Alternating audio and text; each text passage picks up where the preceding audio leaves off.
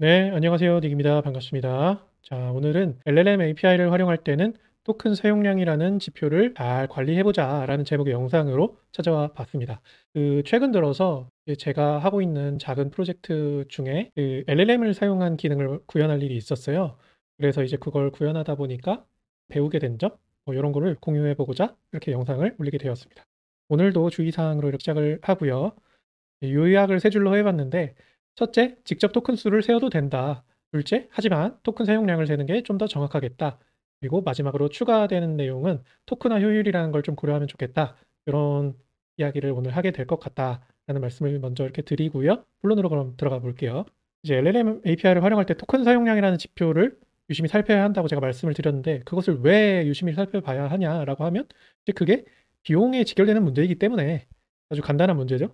오픈 AI의 GPT-4 터보 같은 경우에는 그 프라이싱 페이지를 보면은 1000 입력 토큰당 0.01달러, 1000 출력 토큰당 0.03달러 이렇게 매겨진다고 되어 있어요. 근데 이 LLM API를 사용해 보시면 알겠지만 1000 토큰이 결코 많지 않거든요.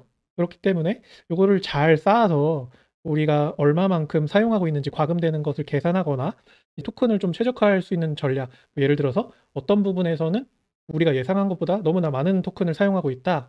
어떤 부분에서는 조금 토큰을 개선해서 사용량을 낮출 수 있지 않겠냐. 요런 사인을 우리가 받아볼 수 있겠다 하는 거죠. 그래서 뭐 사용량을 측정하는 건 좋은데, 그런데 사용량이라는 것은 말 그대로 우리가 먼저 사용을 하고 사용이 얼마만큼 되었는지 그 결과를 받아보는 그런 거잖아요.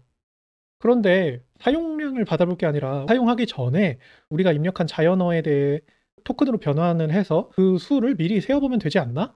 라는 생각을 해 보게 되었어요. 저는 이제 그렇게 세어 볼 방법이 당연하게 있을 거라고 생각을 했고, 그리고 또 이제 뭐 '온라인상에 이것을 쉽게 소개하는 튜토리얼이 있을 것도 같다.'라는 생각이 들어 가지고 이제 간단하게 좀 서칭을 해 봤습니다. 그런데 이제 인터넷에 나와 있는 제가 찾아본 튜토리얼들이나 소개하는 글들을 보면은 입력한 그 자연어 메시지 있잖아요. 뭐 시스템 메시지가 됐든 유저 메시지가 됐든 그냥 그 메시지를 단순히 스플릿 해 가지고 나온 그 배열의 결과를 길이를 재버리는 그런 방법을 사용하고 있더라고요. 그런데 그러한 토큰은 지금 이렇게 한 문장이 있다고 치면 아주 예전에 언어 모델에서 사용되는 방법, 뭐 이런 식으로 토큰을 나누는 것은 여기 써 있다시피 아주 예전의 언어 모델에서나 그렇게 사용했었다라는 거죠.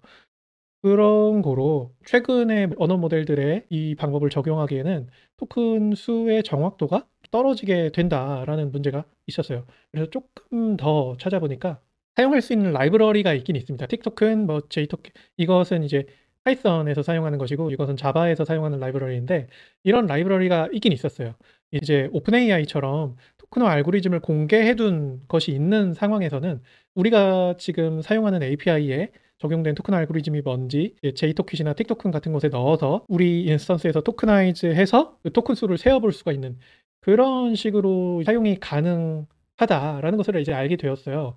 하지만 오픈 AI 외에 대다수의 API들은 공개된 토크나이즈가 없다는 게 이제가 되었어요. 공개된 토크나이즈가 없으니까, 즉 공개된 토큰 알고리즘이 없으니까 어떤 식으로 토큰을 세어야 할지도 알 수가 없는 거죠. 그러면 이제 여기서 결론? '오픈 AI 모델만 사용해야겠다.' 이런 결론을 내릴 수도 있겠는데, 이제 그래서는 안 되겠죠. 비즈니스에 영향을 미치는, 비용에 영향을 미치는 그런 결과를 기술적인 이유로 내려서는 안 되겠죠.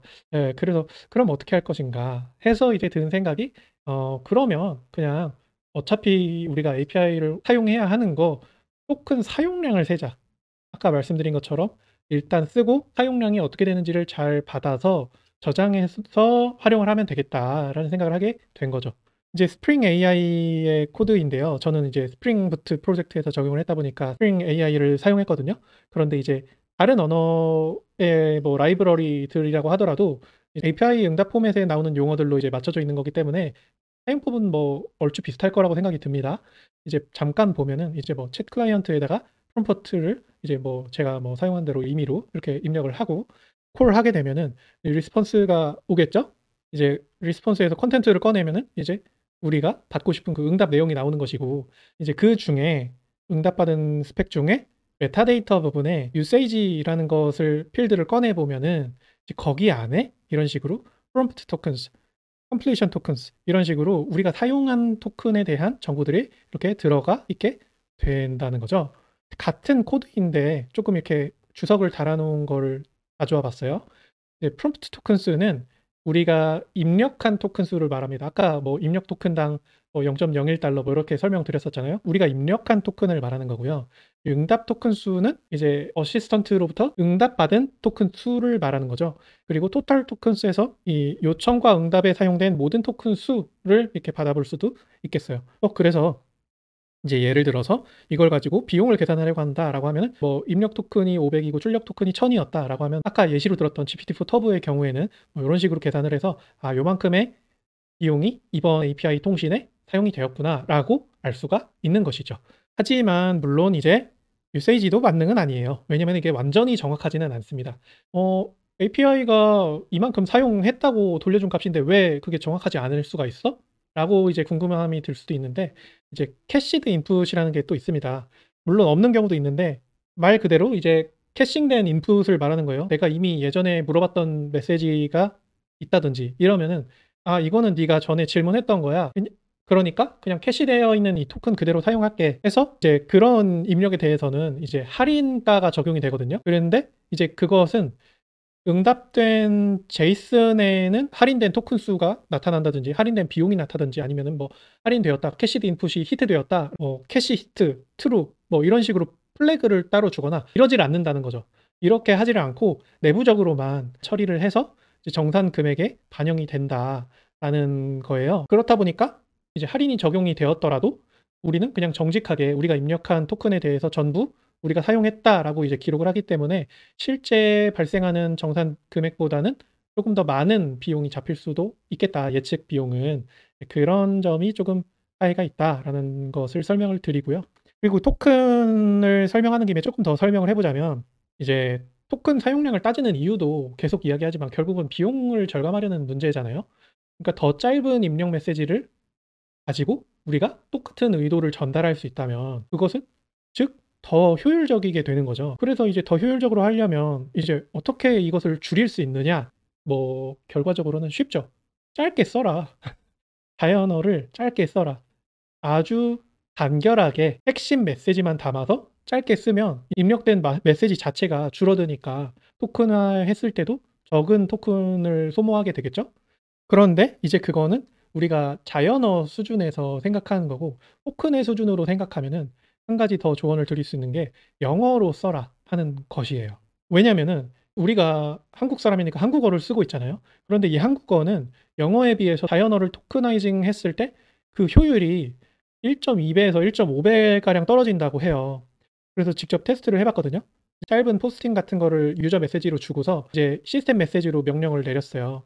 영어로도 내려보고 한글로도 내려보고 이제 근데 뭐 이 시스템 메시지는 복잡한 건 아니고 뭐 응답된 메시지의 포맷은 제이슨으로 해라. 내용은 필드를 제외하고는 한글로 적어라. 또 ABC라는 필드의 값은 타입이 문자열이고 100자에서 120자 사이가 되어야 한다. 뭐 이런 식의 간단하게 한 너댓 줄 정도 되는 메시지예요. 그런데 이제 실제로 API를 호출해 보니까 아까 이 코드 그대로 지금 출력이 된 거거든요.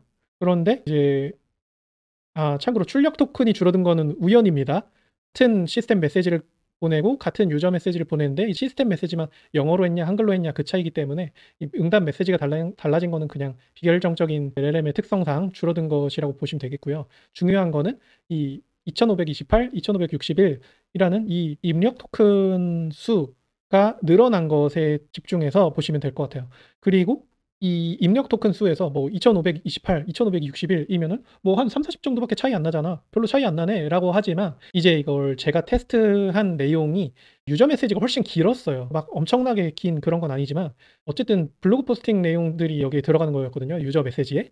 그러다 보니까 한 너댓 줄 되는 시스템 메시지보다는 유저 메시지가 훨씬 더 토큰 수가 많았던 거예요. 2500대가 되는 토큰 수에서 대부분은 유저 메시지가 차지를 하고 있다라는 거죠. 그런데 그 너댓 줄밖에 되지 않는 시스템 메시지를 영어로 하냐 한글로 하냐만으로도 30-40 정도가 차이가 났다라는 거죠. 그러니까 만약에 뭐 유저 메시지를 영어로 만약에 입력을 할 수 있다. 어떤 포맷을 두고 사용자가 입력한 값을 우리가 정해둔 영어 포맷에 이렇게 쏙쏙 넣어 가지고 그런 식으로 만약에 API 콜을 할 수 있겠다라고 하면은 훨씬 더 많이 줄어드는 거를 볼 수가 있겠죠. 그래서 오늘의 결론은 유세지 필드를 잘 적재를 해 두자. 그리고 뭐 미리 셀 수 있으면 세자. 라이브러리들을 통해서 미리 셀 수도 있으니까. 그리고 토크나 효율이나 캐시된 입력 같은 그런 기술들을 적절히 잘 적용해서 비용 절감을 이룩해 보자라는 이야기를 드리고 싶었고요. 네, 그래서 오늘 영상은 여기서 마치겠습니다. 여기까지 저는 닉이었고요. 오늘도 영상 봐주셔서 고맙습니다. 다음 영상에서 뵙겠습니다.